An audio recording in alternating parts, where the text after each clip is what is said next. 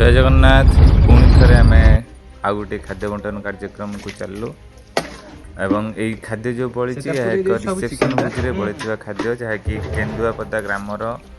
गौरव Sahu reception भोजी बड़ी खाद्य पाखापाखि 300 रु अधिक प्लेट खाद्य बड़का रही आपण मैंने देखिपे। राति बर्तमान प्राय पाखापाखि 10:45 इस समय आम खाद्य रिसीव करने पहुँचलु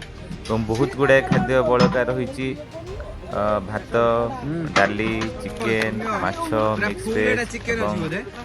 ताकू सब पैकिंग कर सारी पुणी थे गाड़ी रे लोड करने को आम पाखापाखि 1 घंटा 20 मिनिट रु अधिक समय लगी जहा सब सदस्य मान सहयोग रे सब खाद्यर आप देखिपे कि भाव में पैकिंग चली लोड हो गाड़ी रे एवं ताकू लोड कर सारी आम बाहरी थिलु आमर प्रतिथर परी आम बिहसाई रघुनाथपुर रे थिबा आदिवासी बस्ती रे रहुथिबा किछि असहाय मानक निकट रे पहुँचाई खाद्य आम बाहरी थिलु एवं जाई पहुँची थिलु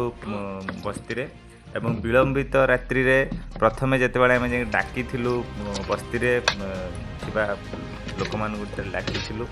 से मैंने आसी पहुँची आपण मैंने देखिपे जो हांडी रे दिया जाउची खाद्य मैं से शोते समस्ते उठिक आसुँच जो खाद्य नौकरी से जहाँ रातिर खाइबे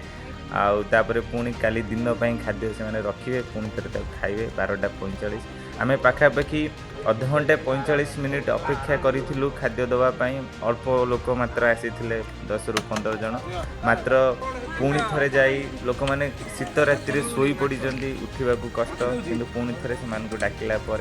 से पुणी थे आसिले समस्ते उठी आसिले एवं खाद्य बंटन कराई आपण मैंने देखिपे एवं पाखापाखि आमको 2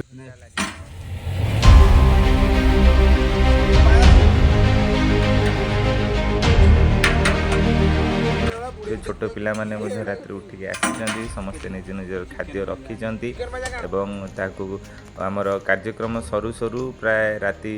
1:30 रु 1:45 हो जाइथिला 2टा बेले आमर समस्त कार्यक्रम परिसमाप्ति करथिला।